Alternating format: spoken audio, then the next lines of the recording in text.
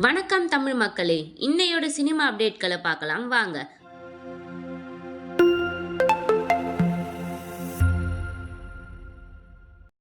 நடிகர் சித்தார்த் நடிகை அதிதி ராவ் திருமணம் ஆந்திராவில் உள்ள கோவில் ஒன்றில் எளிய முறையில் நடைபெற்றதாக தகவல் பரவி வந்த நிலையில் தங்களுக்கு நிச்சயதார்த்தம் முடிந்ததாக நடிகர் சித்தார்த் மற்றும் நடிகை அதிதி ராவ் இருவரும் சமூக வலைதளம் பக்கத்தில் அறிவிப்பு.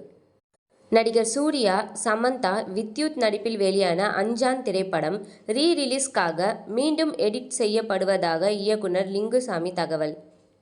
லோகேஷ் கனகராஜ் இயக்கத்தில் ரஜினிகாந்த் நடிக்கும் தலைவர் 171வது படத்தின் டைட்டில் அடங்கிய டீசர் ஏப்ரல் 22இல் வெளியாகும் என அறிவிப்பு. புதிய போஸ்டரை வெளியிட்டு சன் பிக்சர்ஸ் நிறுவனம் அறிவிப்பு. நடிகர் சூர்யாவின் 44வது படத்தை இயக்குகிறார் கார்த்திக் சுப்பராஜ்.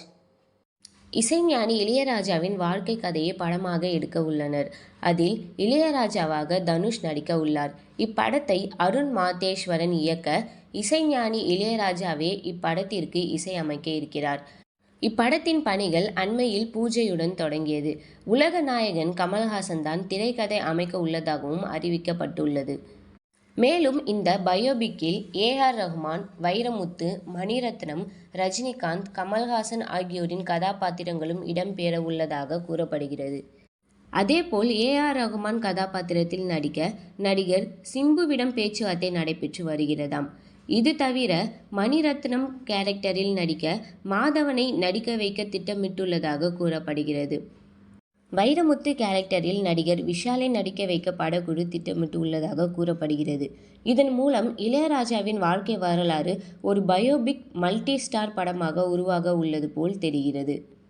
இப்படத்தின் படப்பிடிப்பு விரைவில் தொடங்க உள்ளதாகவும் தற்போது ஆரம்பகட்ட பணிகள் விறுவிறுப்பாக நடைபெற்று வருவதாகவும் விரைவில் இதில் நடிக்க உள்ள இதர நடிகர்கள் பற்றிய அறிவிப்பு வெளியாகும் எனவும் எதிர்பார்க்கப்படுகிறது.